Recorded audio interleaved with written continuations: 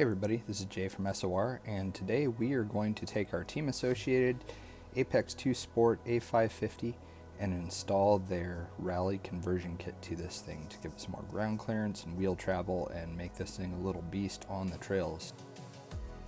Next up, we're going to remove the wheels and tires. This will give us easy access for installing the CVAs along with all of the ball studs that are going to replace the pivot balls in the kit.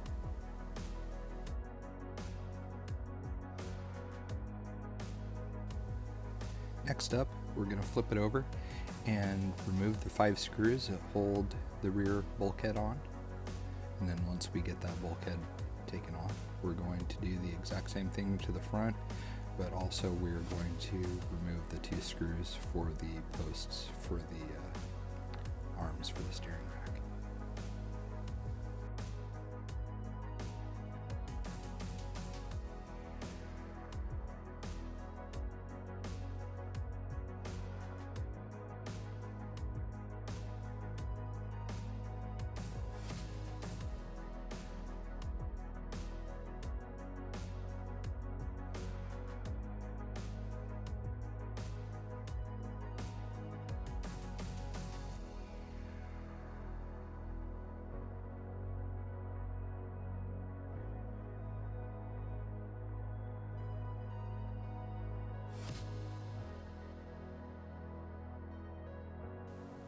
Now that we've got both bulkheads removed, what we're going to do is remove the lower hinge pin blocks and install the wider versions. The ones that are labeled +3 go on the rear bulkhead, and the ones that are labeled A and B go on the front bulkhead, A being the furthest most forward and B being the rear.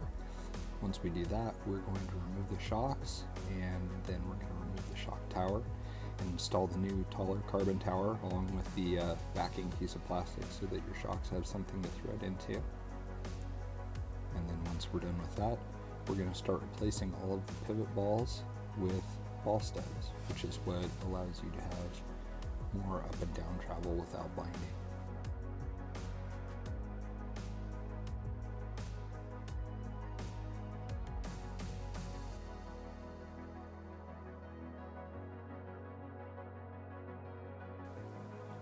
Using a pair of shock pliers that has a pivot ball tool makes this process go way smoother. As you can see, you just press them and they pop right out. Much easier on your thumbs, and you don't have to worry about scratching up the plastic with a pair of pliers or anything like that.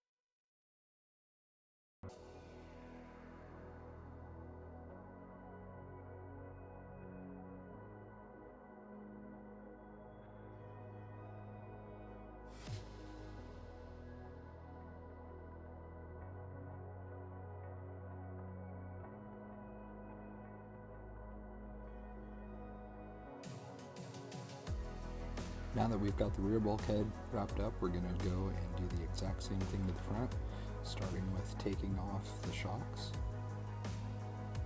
And then we're going to move along to removing the shock tower and installing the new carbon one.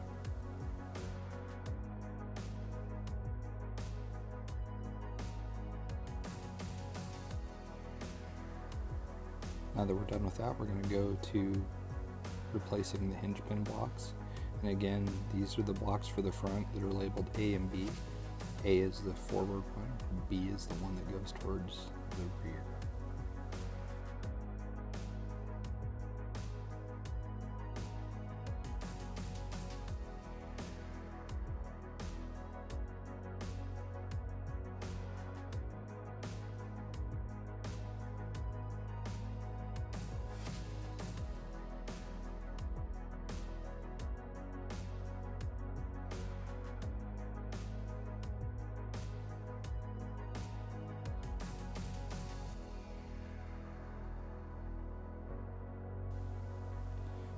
Now that we're done with that, the next step is to remove the little plastic brake calipers so that we can remove the hex/discs, remove the pin, and get the dog bones and the stub axle out of these so that we can replace it with the new CVAs.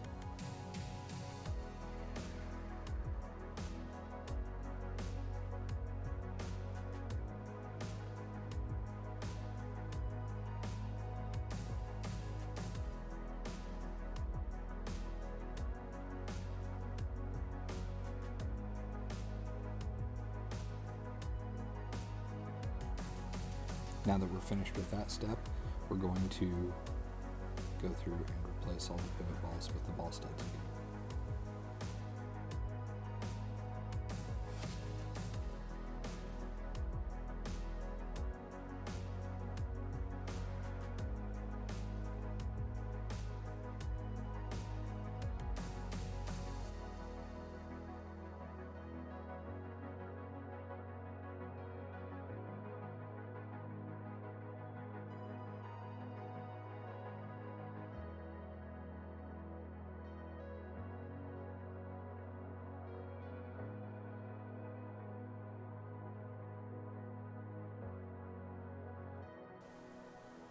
Now that we've got both bulkheads finished, the next thing we're going to do is remove the servo and the motor and the ESC.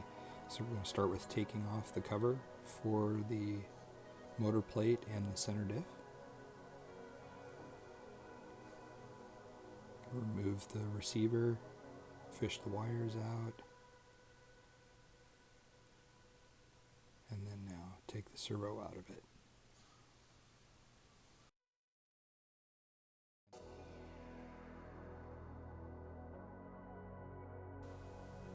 Now on this particular car, we're not going to install the open center diff.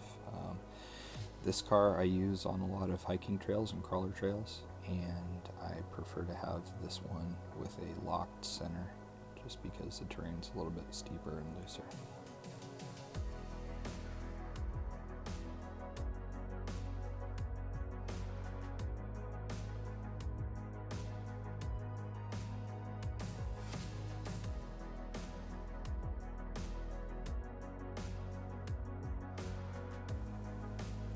Now that we've got our electronics put back into the new chassis tub, we're going to install our bulkheads again. Don't forget to put the screws into the top plates as well.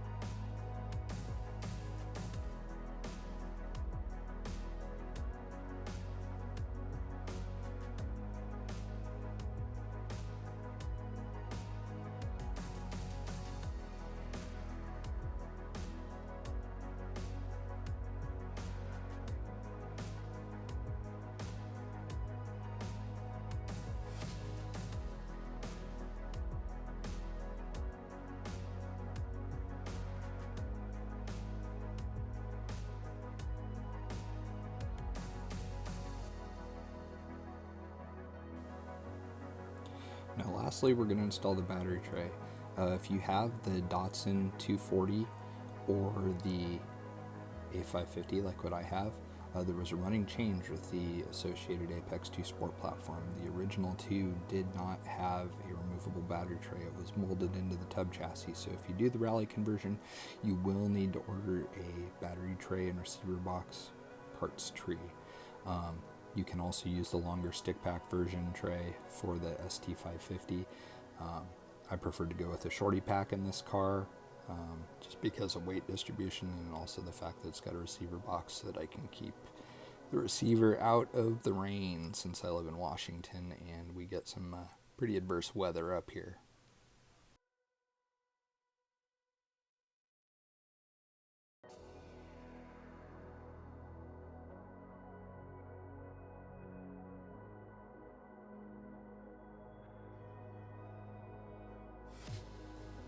Now here I had a small oops. I thought I could fish the Velcro straps through the holes with the battery tray installed, but I couldn't. So I'm going to slide them over and then replace the 4 screws that hold the tray.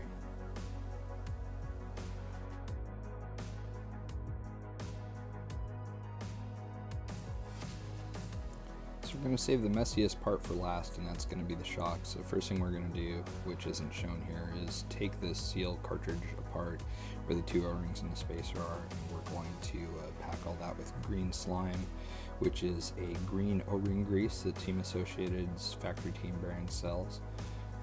That'll help lubricate the shaft and prolong shock life, keeping them from leaking. Once we're done with that, we're going to fill them with 37.5 weight oil, bleed off as much air as we can, and then we're going to reinstall them back onto the car.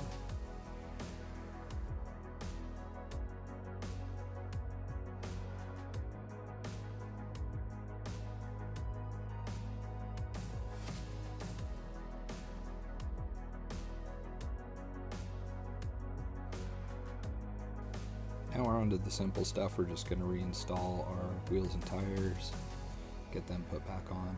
And the other thing now with having well, actually both shock towers are taller, because of the rear, with having the body mounts on the rear shock tower, they are going to sit up taller than they did previously with the stock shock tower on it. So it's going to be necessary to make some adjustments to the little pad with the clip that the body rests on so that you can get it sitting level. Otherwise the rear end's going to be sitting too high. And there you go. We are all finished and ready to hit the trail with all kinds of wheel travel now.